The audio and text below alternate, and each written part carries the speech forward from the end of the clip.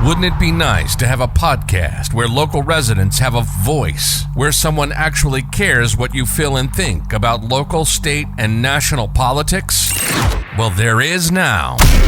Welcome to the Jason Bearden Podcast Show.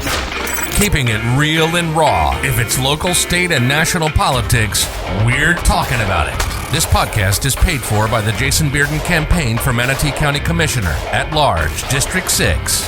Now, here's your host, Jason Bearden.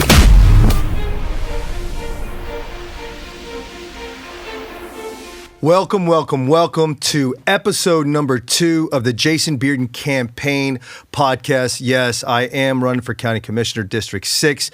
I thought it was an amazing idea for us to start a podcast here and actually get locals to come on board and give us their thoughts and feelings of the way they think things are happening and going, so we can fix things in the future.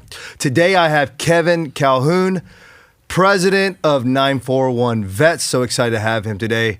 Welcome, Kevin. How are you? Hey, thanks for having me. I'm doing fantastic. How about you? Oh, wonderful as always. Just steady driving on a daily basis.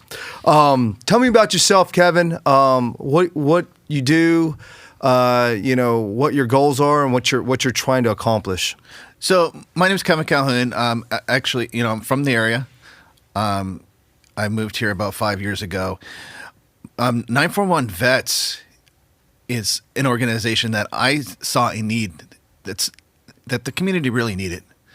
There's a missing gap, and when there's a missing gap, it's us as veterans to come in and fill that gap, especially when it's concerning veterans. So 941 Vets is an organization with a mission, basically growth, awareness, success to veteran-owned businesses. Awesome. So GAS, we've heard of GAS in the military, GAS. Yeah. So, that acronym, so we want to give those veteran businesses that extra spark, that extra push by coming together. Not only veterans coming together, but bringing the community together to help support those veterans. And I've been to a few of your meetings, and I think they're wonderful because it's such a great networking opportunity for a lot of our veterans that are out there, being able to pass business to each other and really get to bounce ideas off each other. Because I could tell you firsthand, being a veteran business owner, I didn't have that support, so I kind of had to learn everything on my own.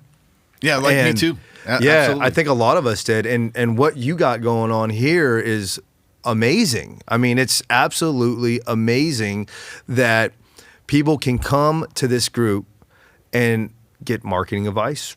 They can get advice on how to set up a business plan. They can get advice on all these different aspects, and then also pass business to each other and trust each other to do a great job. Yeah, absolutely. I mean, we have mentors in the group, and that's an important part. I mean, last year, I know a veteran came from Chicago, didn't know anyone in the community, anyone. It came into one of our evening network events. We had about 50 people there. Mm-hmm. By the end of the night, he had job offers. Wow. He had suggestions. And we have a lot of mentors in the group that will take you under their wing and say, hey, look, don't make the mistakes that I made. This is what I did wrong. This is what I did right. And let me guide you through that process of starting a business or starting a foundation in the community.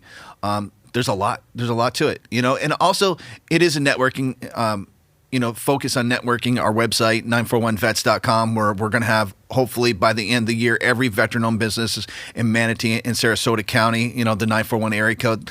But it's also a place, hey, if a veteran wants to come on a Wednesday to just enjoy a breakfast, come on, come on down and just enjoy that camaraderie. So when do you guys have your breakfasts? So we like consistency. So the first Saturday of the month, we're at Der Dutchman, usually around 9 o'clock. You can check our Facebook and our webpage.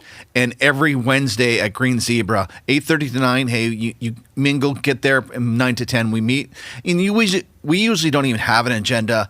Probably have 2 or 3 things to talk about really quick, and then you just open it up. Just hang out. Just hang out. Yeah. How can, what issues are you having with your business? How can I help you support your business? Or we talk about old war stories. Yeah. So what do you currently do right now? So I'm a real estate broker. I opened up my business, during the pandemic last year. It's called CARE, CARE, which it really goes with my name, Calhoun and Associates Real Estate, CARE. So I love it. You know what? That's clever. I've been in the real estate business about 7 years, and to me, just selling homes and it's an important process, no doubt. And it's important for that individual, but I just want to be more than just a real estate company, just more than a real estate broker. I want to give back. So my goal is to give 10% back to the community. That's awesome. Whether it's my foundation, whether it's, I'm thinking about, supporting animals, whether it's anything, especially our veterans, but giving back to the community so we can be a pillar of change and support for our community. And that's what CARE is about. It's not just about buying houses and selling houses because, at the end of the day, I want to do more than that. For sure. You want to leave some sort of legacy. So tell me your story, like how you came into the Marine Corps, right? How old were you? Just, the story of what kind of motivated you to join and what year did you join and things of that nature. So it was my freshman year. Seeing the Marine freshman Corps, year of high school. Of high school. Yeah. Okay. Hey, I want to be a police officer. I thought about that, and I saw the recruiter come. I talked to them like my freshman year. Yeah. But my sophomore year, I was sold. I'm going to join the Marines. I'm going to spend the next 30 years, and the Marine Corps recruiter really took me under his wing. Like I was going to the meetings and everything. At 16, hanging out with their local Marine recruiters. They probably like, oh my God, I was a pain in the butt. But I was bought and sold. I was bought and sold. I just wanted to be a Marine. I wanted to. What sold you though to be a Marine? I wanted to do something different. Yeah. I wanted to. I no doubt the Marine Corps is the best. It's the best uniform. It's the roughest and toughest. Obviously we can talk about this all day. But I just wanted to be a Marine. Okay. And, I think 2 days after my 17th birthday, with my parents' permission, I signed.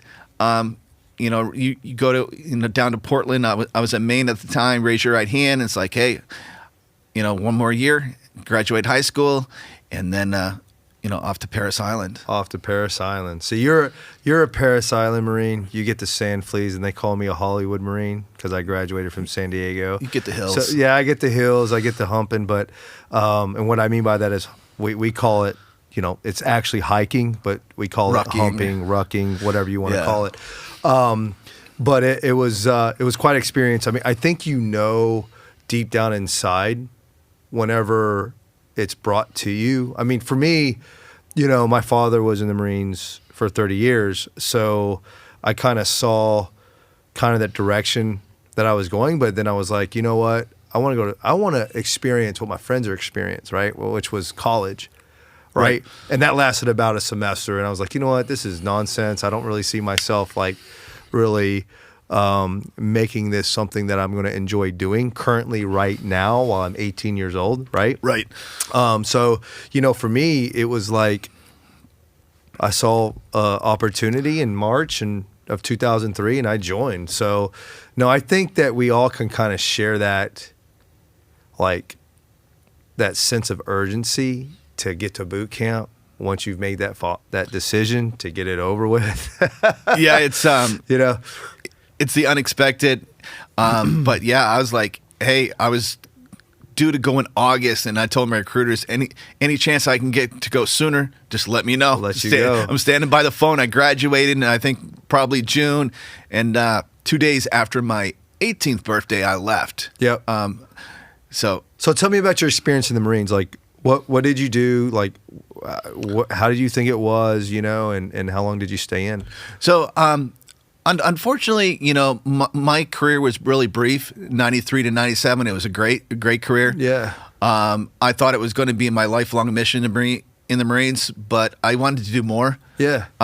It was good. Unfortunately, I didn't serve in any wartime, and I think we live with some regret that we went to war. My grandfather served in World War II. My great grandfather served in World War I. Yeah. I can go back to 1592, where my relatives came over and fought. Me too. Yeah, I have since 1592. Yeah. I think it was my great he fought in like Pennsylvania against the Dutch or something. It's in there. Traced back to the Mayflower. Wow. The fighting spirit is within us, and I think it's a lot, especially Marines. So, when I joined the Marines, my option was combat arms. Yeah. That's what the recruiter gave me. I wanted to be an MP because I wanted to be a cop. So my recruiter, Staff Sergeant Grant, he says, I hate MPs. You're not going to be an MP. Here's your couple options. I say combat arms. And so I didn't know combat arms deals a lot. I think it was LAVs, Amtracs, and tanks. Yeah. And got to Camp Geiger.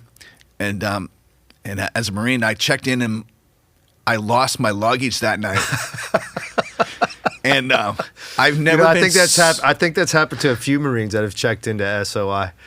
It's like I MCT. checked into Camp Geiger in a jeans and pants, and I don't know how many times that I got my butt chewed. I'm like, they lost my luggage. I have nothing, nothing.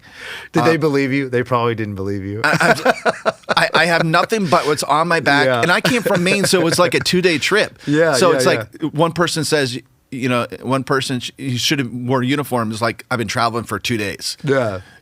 Anyway, and they get there. It's like, oh, you're going to be a tanker. I'm like, you mean I don't have to hump or rock? Or it's like, it sounds pretty cool. And I went to Fort Knox, Kentucky, and this was in 94. Yep. It's about 3 or 4 months. The tank school was great, cold, but the M1A1 tanks are a beast. Yeah, they are. It's quite a machine. And I got to experience that, and I wanted to go to, East Coast, West Coast. I picked the East Coast, and guess what? I got the West Coast, and I got to 29 Palms late one night. 29 stumps. Yep, and it was on a weekend, and I woke up. I remember arriving in Palm Springs, and I woke up that morning in the barracks, the 1st Tank Battalion, and like, oh my God, it's like 110 degrees. It's only like, it's like 8 a.m. I'm like, what did I get myself into? You're looking all around. Here I am from Maine, and you see all the forests, and you know what? There's not one tree within sight. There's not one tree within sight. You can see mountains forever. And deserts and Lake Bandini. Yeah, that's it, right? No, I've been to 29 Palms. I've trained there. Yeah, that's a lot of dirt. A lot of dirt. You know. Tanks were awesome. Tanks. That's great. It was awesome, but I wanted to go to college. Okay. I wanted to do other things. So explain that to me. So you did your 4 years. Yep. Right. You get out. Yep. How did you see you getting out affecting your daily activities? Like how long was it before you were like, wow, I'm really out of the Marines right now? It was a shock. So number one, I became an MP for a year. Yeah. So I reached that goal. My first sergeant for trail made that happen. That's amazing guy. He made that happen, and then I was fortunate enough to have some sense of direction within myself. Mm-hmm. And I had a job lined up that I worked at a local jail. So I worked there for a couple years before I moved to New York. So I had a sense of where I wanted to go. And I get out, and I started to go to college immediately. Mm-hmm. And eventually, because of a female, I eventually made my way to New York, and I worked at a college as a peace officer, because there's a little difference there in New York. And then I became a full-time student. Transitioned from working at a college to being a student at college. Really, Union College in upstate New York, a really private college, one of the top. It's in the top 50 colleges in the country. And I was fortunate enough to work my way. I wanted to be a school teacher or an attorney. Yeah. So I became a student, and that was a much better life. So when you got out, did you use your GI Bill? Yeah, my GI Bill supported me through college. Okay. Definitely. It was my spending money. That was basically what was left over at the end of the month. That was my spending money, besides scholarships and a part-time job.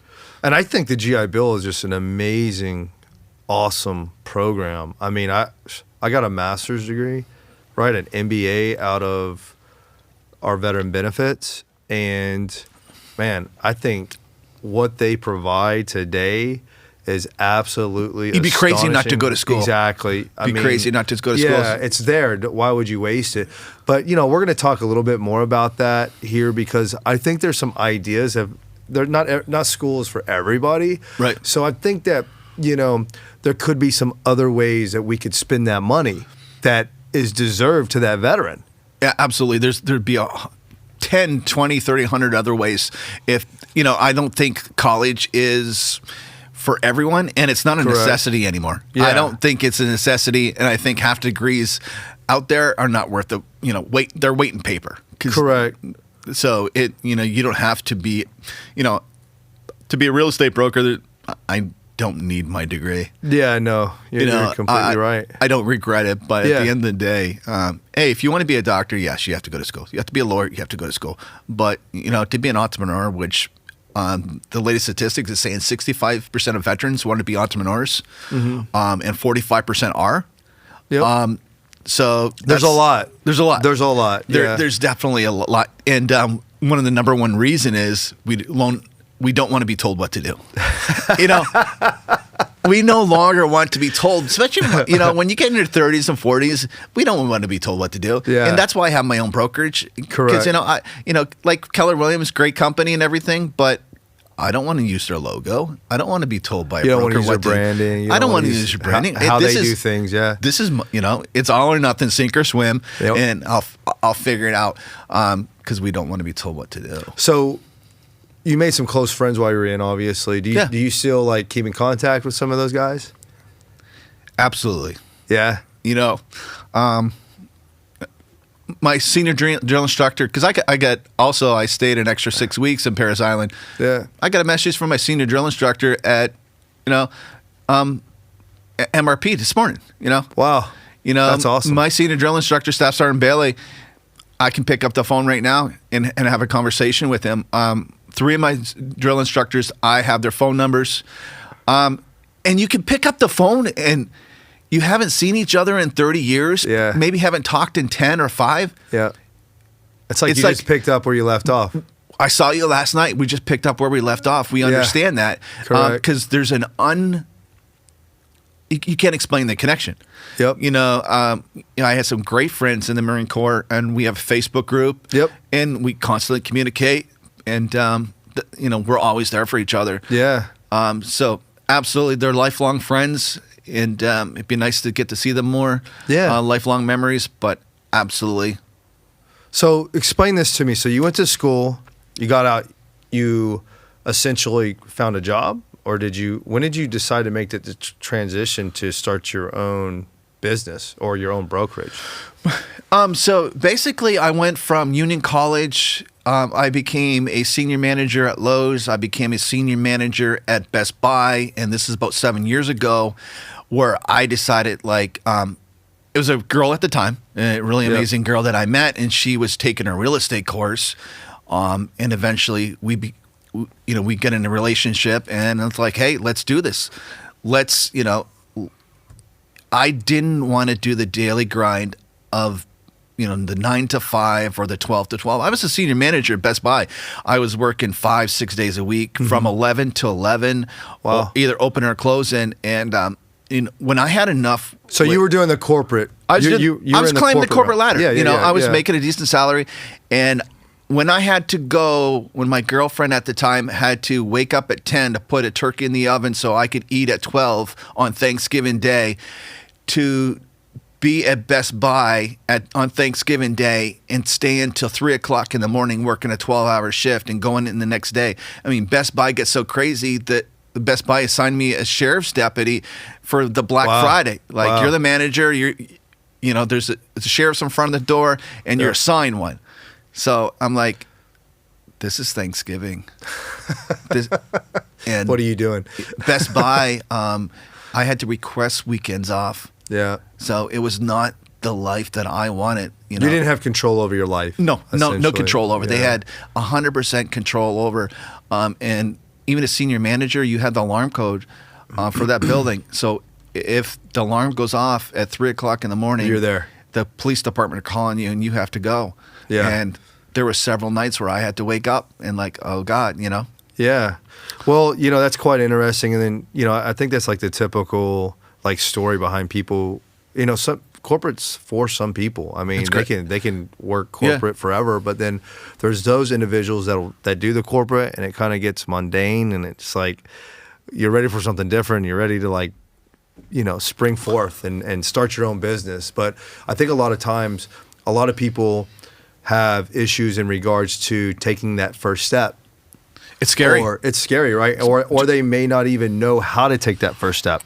And so I think it just takes, with kind of what you have going on, like with 941 Vets, it kind of gives that reassurance that, that veteran is going to be okay. You're going to have to take some risk, but I think at the end of the day, with the support system that you've been able to develop here locally, I think that's awesome because, there are a lot of veterans out there that would love to have their own business. They just don't know how to do it. They don't know how to get one off the ground. And with the support system that you guys have been able to develop, I think is absolutely amazing. And you guys are looking at doing some training courses as well. There's a lot we want to do.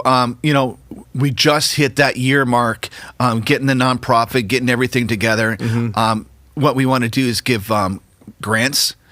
We want to take federal. We're going to focus on getting federal money out of the swamp of Washington and get it local. Swamp of Washington. Yeah, I love it. Get it locally.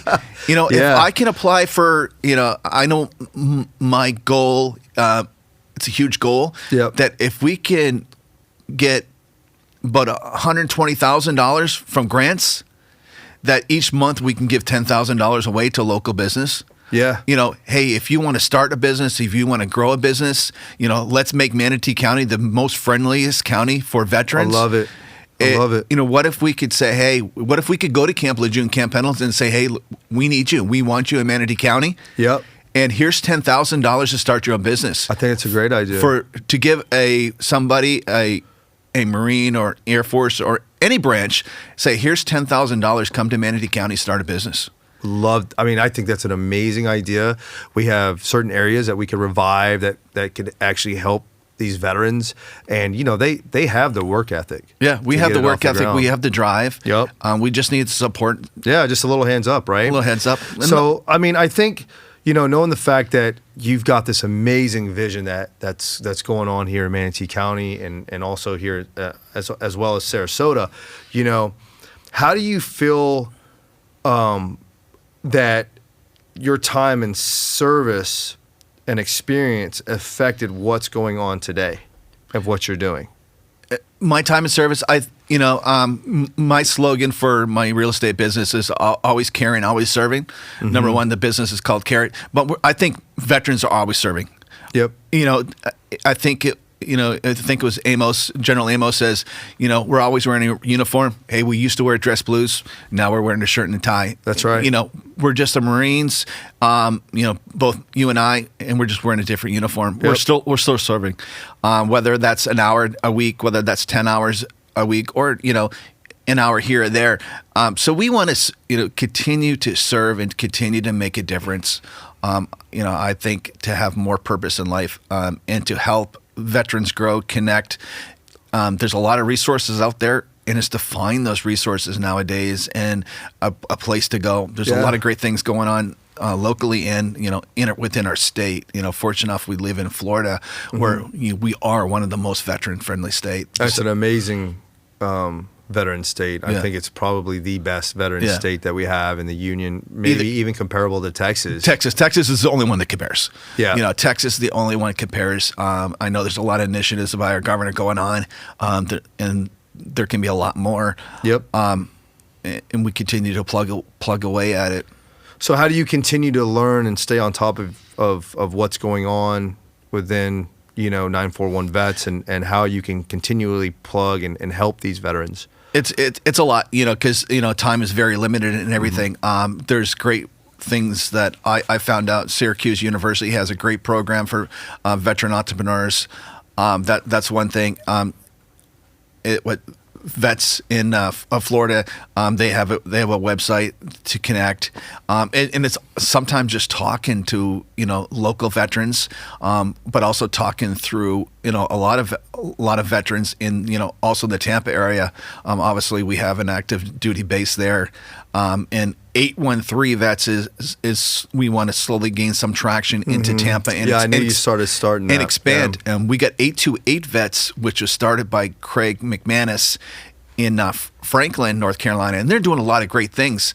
828 vets raised the flag at their first Chick-fil-A. Oh, wow. On the past week. That's wonderful. They took 828 vets took over the Toys for Tots because they didn't have anybody to run it. So they ran it partially this year, and they're going to take over. They've been helping veterans with some furniture, and they've been helping veterans doing some things around their houses. So they've done a lot of great things. So that was, to come for in 1 year to this idea of 941 vets and to see it like, hey, we got a branch in North Carolina. And last Wednesday, we had our first visitor from Franklin, 828 vets in Sarasota. Wow, that's awesome. He actually lives, is a snowbird, and he actually lives in Manatee County. That's so cool. So he actually came and linked up with you. Yeah, that's so wonderful. It's like, hey, I have a group during the summer at 828 vets. In the winter, I have 941 vets. Yeah. So let's shift this. So let's talk about like veteran programs, or I guess you can say policies, or veteran politics. Like let's talk about the political side of things. Awesome. Right? So how do you feel that veterans do you feel like veterans are getting the help that they currently need, like within our society? Like, I don't know. I feel that based off my experience, I feel like we're just have been like a check in the box, essentially. So like, for example, when I first came in and just trying to get VA benefits, you go to these counselors or whatnot, and it was like they were almost just trying to hit a quota. Like they didn't really, what's your issue? They didn't really kind of like do a deep dive. I mean, do you feel like those same issues that we're kind of facing as veterans today?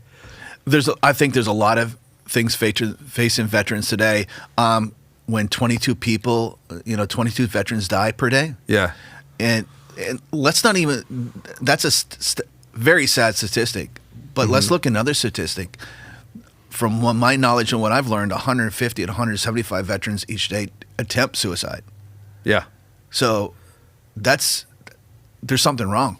Oh yeah, no. When I know of somebody in our area that they have lost more Marines out of their unit from suicide than they lost from combat, we have an issue. Oh yeah, we have a huge issue. It's a big issue. 941 vets or me or you, we can't fill in all the gaps. But if we can give them a purpose and give them a purpose career, then we can do the difference. But no, there's gaps. There's definitely gaps, and that's one of the things that I'm trying to fix. Right, that's one of my platform issues. Right. Is creating an extensive veterans program that actually partners with local veteran organizations in our area. Okay, because that can essentially help our veterans, right? So what does that look like? What does that mean? Well, let's just say they need VA benefits. Okay, we need to walk them through VA benefits. Well, some of these veterans don't even know how to file, but not just file. Why don't we dig deeper and see, okay, you're having headaches, for example. Mm-hmm. What other issues are you having besides those headaches that could have possibly resulted from your service? Does that make sense? Right. So like doing more of a deep dive instead of just being, okay, we're going to file it, throw it in, and that's it. Yeah, work on a claim, get your 100% or 10%. Or whatever it is, right? So like, bridging that gap, because there's such a major gap in our society regarding veterans that I think we need to really work hard on filling that gap. And so that's kind of like, bringing you on board and other veteran organizations on board and saying, really sitting down with these guys, because we know, and you've been around a lot of veterans, right, in the last few months, they're essentially some of the best leaders we have that this community of has to potential. offer, right? There's a lot of potential there. All they need is a little hands up to start them in the process to either whether they get a job or whether they want to start their own business, right? Or maybe it's trying to figure out what they need help in regards to what they want to do. What is their purpose, right? And not just that, maybe even plugging them into local organizations and clubs to make them feel as like they're part of society again. Yeah. Because I think that's what we're dealing with these suicides, essentially, is I think we're dealing with men and women that are essentially feel like they're not part of society. Their whole world has changed. And the VA hospital's not taking care of them the way they should. No, I don't think so as well. So I think that with many different veteran organizations come together, I think we can fix this issue. With essentially bridging that gap within the county. You know what I mean? It starts locally. It can start locally and grow. And that's kind of like the vision that I see, the vision that I have in regards to how we can move this needle forward, because we definitely need it. We definitely need something to help these veterans. And I think if you give a veteran a little bit, they'll give a lot back. I completely agree. So I want to talk a little bit about state politics. Okay. Right? So Governor DeSantis came out with a Freedom First budget that strongly supports Florida veterans within our community. What do you think about that? So I looked over it, and here's the issue. So part of the budget is veteran nursing homes. Mm-hmm. It's a good idea, good concept, but is it the right thing? Yeah.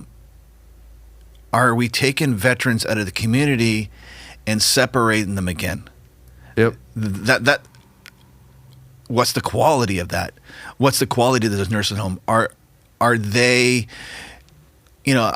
are they the quality of other nursing homes? Mm-hmm. So here's the thing, and I think it's a good idea, but and I think with veteran VA centers and veteran nursing homes, to force a veteran into a veteran nursing home that might not be in the community. So one's in Venice. Well, I don't want to go to Venice. I want to stay in Manatee County because that's where my family Correct. is. I think we need to make a change, and I'll continue on this. We need to make a change where that veteran makes that choice. Correct. They can offer it. But, that veteran needs to make the choice. That veteran needs a budget, because if I go down there and say, hey, say if my father was a veteran, it's like, this is not the place for him. But unfortunately, I have no choice because he's a veteran. He has to go to a veteran nursing center. So my thing, if I was talking to Governor DeSantis, is, give that veteran a choice. It's a great idea because some veterans will want that, but give that veteran a choice. He can decide, if I'm living in Mayaca, like, probably don't want to take, there's probably not going to be a veteran nursing home in Mayaca. Let me make my choice. Correct. I think veteran needs more choice. I agree with you. Stop separating veterans. Yep. The part of the other bill was $350,000 for veteran suicide. Yeah. We need $3.5 million. And I think that I agree. I think that goes because it's a big issue. I don't want another call. I don't want another call. Yeah. Yeah. And so that's a thing, right? Like it's I don't want another call. It's a good thing. He's moving in the right direction. Yep, absolutely. Thank you. But I think that maybe we need a little bit more than what's being proposed. And when it comes to that, I get it. It's another choice. I think as a veteran choice, hey, I'm having issues. I don't want to go to the VA, but there's somebody locally that's within my community, within Manatee or Sarasota County. They offer a program. I want to go see them, Yeah. I don't want to travel to Tampa to see the VA that no cares. There's somebody within my local community that I may go to church with, that I grown up with, that knows me, that knows my family. I want to get help there. I want to get that mental help there. And it could be something different. There's a lot out there when it comes to mental illness. I need my choice. $350,000. For other programs to prevent to help suicide. The 1.5 million veterans. Yeah. That's less than $3 a piece. I know. So, I mean, knowing the fact that you're saying that veterans need a choice, there's a bill right now that was introduced April 30th, 2021 called HR 2910, the House Resolution, the Veterans Healthcare Freedom Act, which proposes to require the Security of Veterans Affairs to carry out a pilot program to improve the ability of veterans to access of medical care. All right. It gives essentially the veterans the ability to choose their own healthcare providers, right? Which I'm in total agreement with. I think that this choice. Yeah, I think we need to have choice. I think we need to be able to choose who we go to. I think that bill is getting on point. They're starting in the right direction. For example, let's take teachers. Mm-hmm. They do a great job within our community. Is there a special hospital for them in Tampa? No. Not at all. Police officers, do they go to a special hospital in Venice? No. Firefighters? Why, as a veteran, do I have to travel from Sarasota? I drive by Sarasota Memorial Hospital. I drive by 100. You essentially have to drive like an hour away. An hour. Hour and a half away to get to go to the VA hospital. Correct. And why do I have to have a special hospital as a veteran? I should have the same benefits as our congressmen and senators do. They get to choice. Correct. They get to choose who is their going to be medical provider. Mm-hmm. And we need to get rid of probably 75 to 90% of the VA. Yep. By a swipe of a pen, that means I have a medical card. I can choose any doctor within a huge network, just like a Blue Cross, just like our congressmen and senators, they can choose who their doctor is. And that person may be 15 minutes away, 5 minutes away within our community. Veterans need a choice, and they need to make the decisions for themselves. We don't need VA hospitals. In my opinion, we don't need VA hospitals. We need a VA representative at each hospital to attend to us. And, as far as benefits, and we need that, but the VA hospitals need to go. Yeah.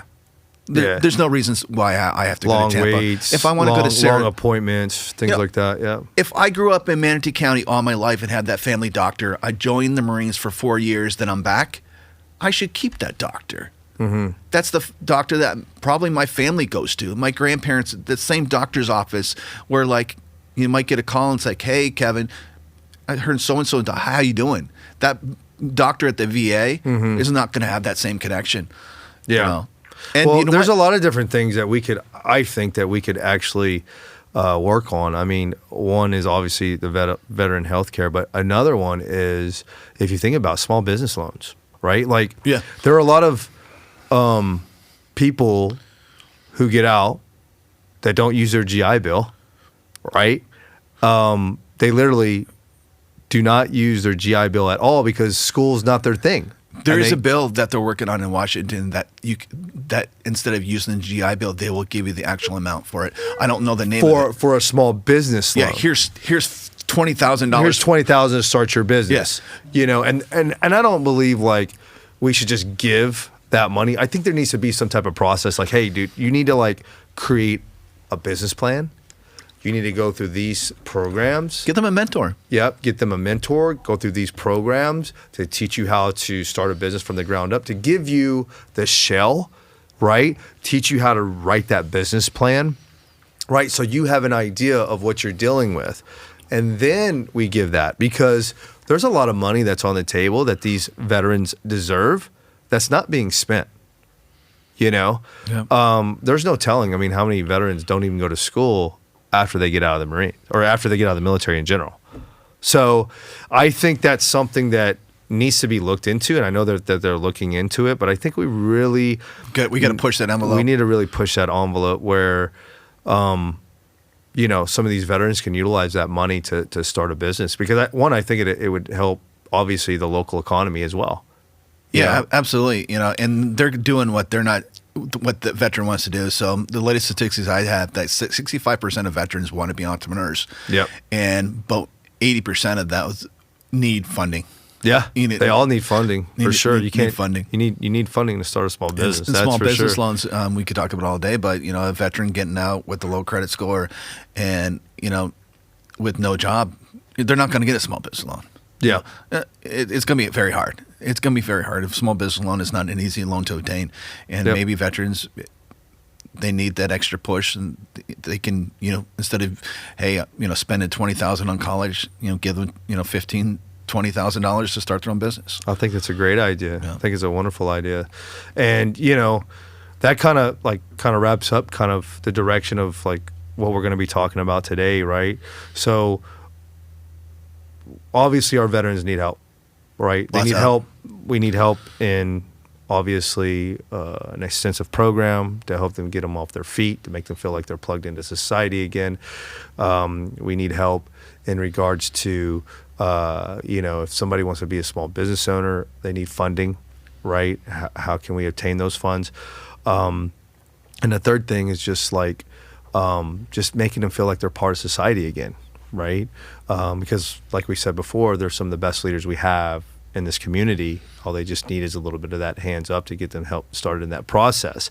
That being said, what do you think of Bearden? So when it comes to Bearden, I know we're just not referring to the term, right? Bearden, what do you think of Bearden? So you look back and number one, you ask somebody, it's like, hey, what did Joe accomplish in the past 41 years? List me 10 things if he's going to be the president. Not much, unfortunately, and I think you've talked about it on your previous podcast that his mental capability is not there. It's very sad. Yeah. He's not the one. Obviously, there's something wrong. Yeah, there's something wrong. So January 1st. The 1st of January, it wasn't January 1st, the 26th or 20th, I can't remember the exact date. So, that person came in office, and you know what? I'm not going to say anything. Yeah. I'm just going to sit back and relax and just soak it all in. I don't think he's going to last the 4 years. I highly doubt it. Afghanistan. We could talk. We could have another podcast, but that was it for me. That was it. Yeah. 11 Marines, 13 service members, if my numbers are correct. That was it for me. Yep. I know, and people have said it, some of the good top generals, that this will go down as history as one of the worst military disasters and withdrawal in history, and they'll be studying it for the next 100 years. That was the end for me. Yep. And since then, that took a toll on a lot of veterans. I think it definitely did. Huge toll on veterans. I saw it, yeah. A huge toll, and continues to be a toll, because what they did and served, was it really worth it? Yes, it was. It was worth it. Yeah, it was. And we prevented another 9/11 to occur. Correct. So mission accomplished. Yep. But the withdrawal, embarrassing. You look at inflation. You looked at our parents. Are getting on fixed income. Highest inflation in the past 40 years. We're probably going to hit the highest inflation in U.S. history. Our borders are out of control. Crime is some of our top cities. Atlanta, you got L.A., New York are out of control. Mm-hmm. You're seeing crime numbers go up 200%. That new New York district attorneys, that according to his 11-page memo, I saw it on Fox. That's unbelievable. What they said on Fox was, I didn't believe it. So I pulled up the 11-page memo the DA of New York wrote. Do you know resisting arrest, according to that memo, is not a prosecutable offense? Wow. Petty crimes, so I think it's $50, not an arrestable offense. There's a huge list of things they won't prosecute. Unbelievable. Total believable. So our borders are out of control. Where's the standard? we could talk about immigration all day, but there has to be a standard to it in the United States. And maybe that has to change.